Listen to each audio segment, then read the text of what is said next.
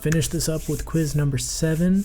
This chapter is another long one with signal processing or effects or plugins, those sorts of things. So again, read through it, get this quiz all right, but this is one you'll probably go back to and try to pick up some actual information that you're interested in each of the individual topics.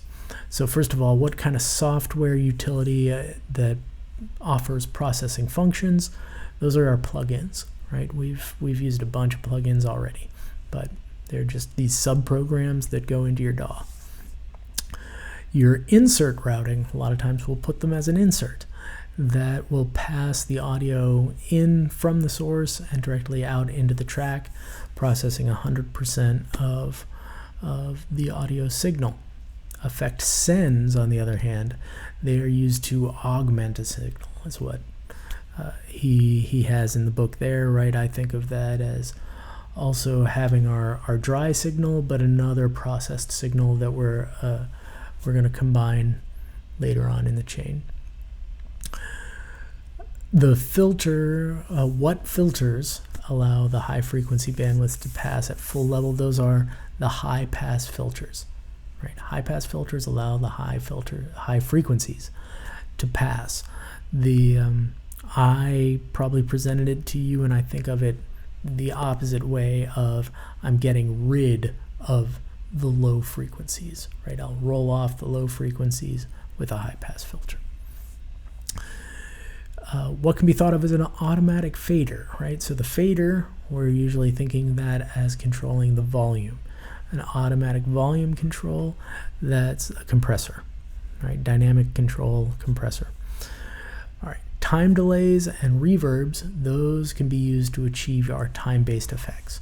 So whether it's a distinct repeat of the sound again and again being a delay, or more of the frequencies mushed together in a reverb. Those are both time-based effects. Now, if we get down to specifically about reverbs, there are usually 3 components that I'm thinking of. The first that we hear is the early reflections, and then the reverberation, but also the direct signal, right? So don't forget that that's kind of part of the reverb, if that makes sense. I've been doing some ambient guitar stuff where sometimes we take the entirety of the dry signal out and we just have the reverb playing, making kind of a washy sound. All right, so synthesizing upper range frequency harmonics, just adding some of those higher frequencies will increase the perceived presence, a lot more of the sharpness, the definition of I like these on guitar amplifiers and sometimes on vocals if the wrong microphone was used. I'll want to try to spice those up a little with that. But pitch correction, that can really only adjust the pitches, right? So if you've got an off-tune, slight pitch problem, he says in the book, then your pitch correction, your auto-tune can fix that. It can't make it more expressive. It can't make it more of a good singer, but it can get you in the notes in tune.